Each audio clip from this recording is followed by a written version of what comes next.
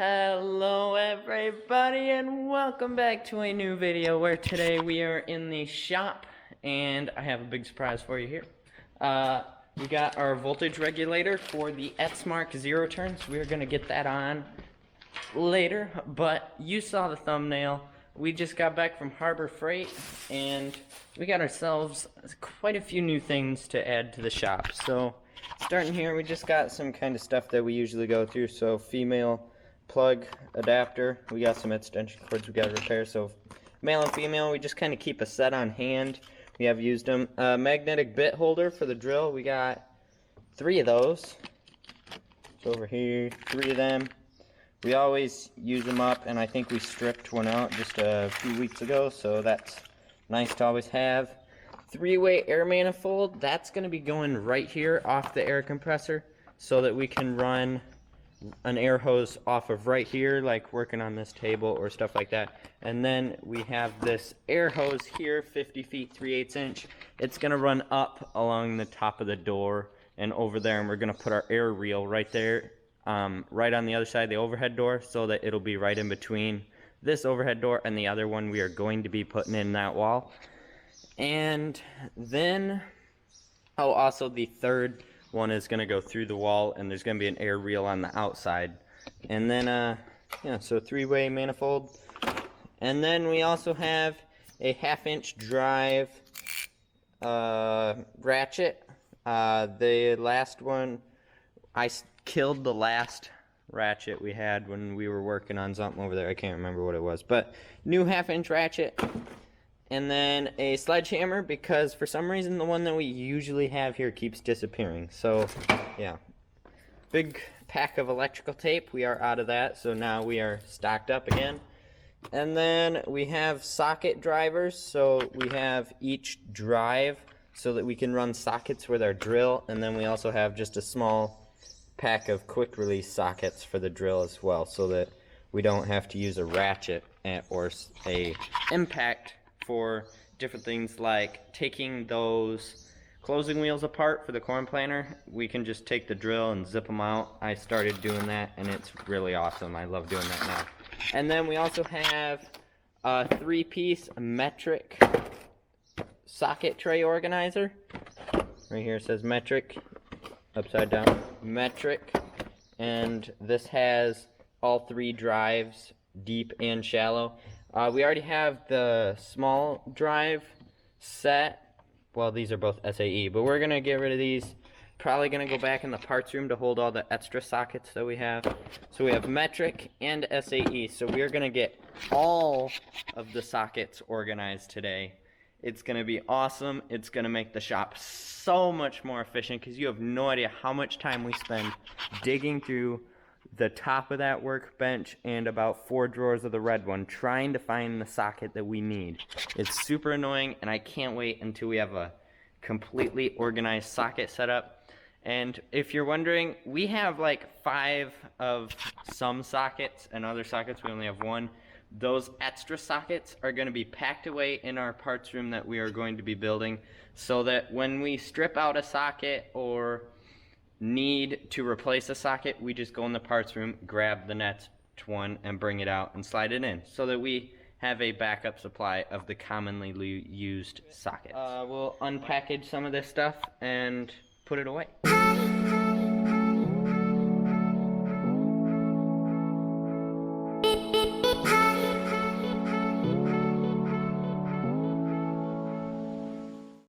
Okay, so I didn't unpackage the plug ends because it makes them easier to store just in their packaging. Or this, because we are going to be running this later, but I don't want this sprung all over the place. These are better stored together, so those are all stayed in. But we got this stuff all unpackaged along with the socket organizers. I'm going to put this stuff away, and then we'll get to organizing the sockets.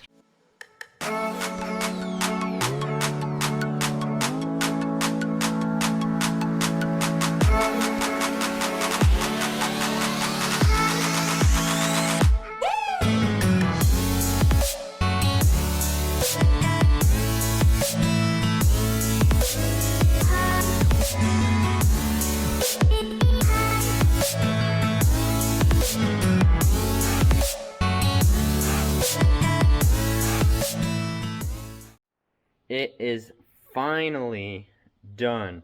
So you can see we are missing a few sockets here and there along this front row, and then the back, a lot of the large metric sockets we don't have. But here, this is a lot of sockets. But this kind of area, you can see the opening over here. This is all extras that we already have up here. These are the extra backup sizes, which we need to go through because there are like 30 of some sizes. So yep. And then these are specialty sockets, so you can see we got like sockets for star head bolts, some for other kinds, and spark plug sockets, and some extensions that were in the mix. And then over here, these are just the junk sockets. These are getting thrown out in the scrap. Either if I can't read the size on a socket, I throw it out. So either you can't read them, there's some that are cracked, there are some that are stripped out on the inside, and different things like that. Some have something stuck inside of them that I can't get out. So yep, we got all of the junk over there. What is that? Yeah, that's junk. Alright, so yeah, we got the sockets done. I just got to go through here, and I'm going to separate them into metric deep, SAE deep, SAE shallow, and metric shallow to pack them away. And I'm probably going to go through and only keep, say, 3 of each size, and the rest either sell or give away, whatever. So yeah, I'm going to be doing that eventually. I'm not going to do it today. This took like 2.5, 3 hours to do. As you can tell here, we don't have that splitter on here yet, but we have the orange hose ran up, and it goes up there and across and over to the hose reel, which is right here. Dad took down the electrical one, which is fine because there wasn't anything on it right now. And here is our air. He put it on crooked, didn't he? Pathetic. Anyway, that's the air reel on. He said we're going to add probably another 25 feet of hose to this. I think there's 50 on there now, maybe 25, somewhere in there. I'm pretty sure it's 50. But then we can reach, well, now we can reach anywhere in the shop, but if we add another 25, we can reach fairly far outside. But we are going to be adding another reel, probably on the outside of the shop, and then we'll also have that third thing here that we'll be able to use. And Dad got the voltage regulator on this, and he took it out and was testing it, and it died on him, so that was not the problem. We're gonna have to figure out what is the problem. Yeah. Next, we are going to change the fan belt on my Jeep, see if that fixes the squealing. So it's this belt right here. It just goes from the fan belt down to the bottom pulley on the engine, and then up to the alternator. So very simple. We just gotta loosen the slider up on the alternator here. Alternator will slide in, loosen the belt up, and it should pull off around the fan. And then we slide the new one on and tighten it back up. Super simple. Not as many pulleys on this as there is on other vehicles. A lot easier to line up.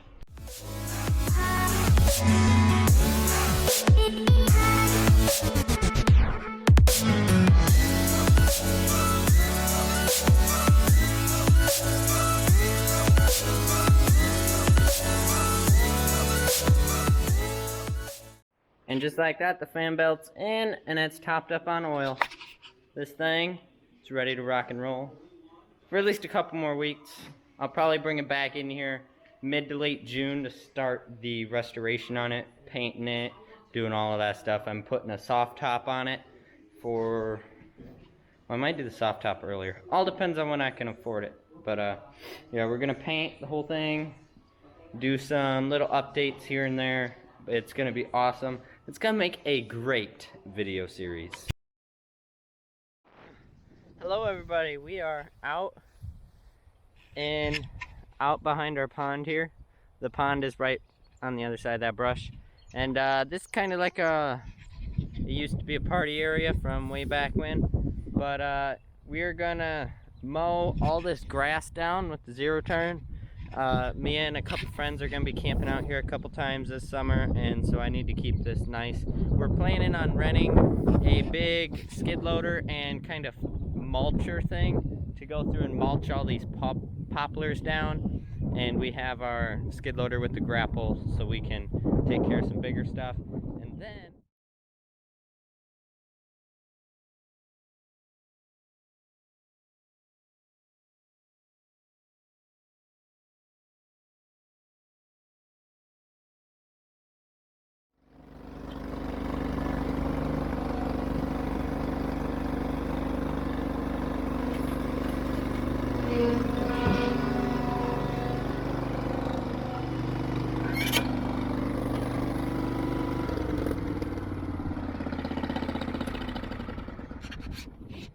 all done, 2.5 hours, and it's all mowed.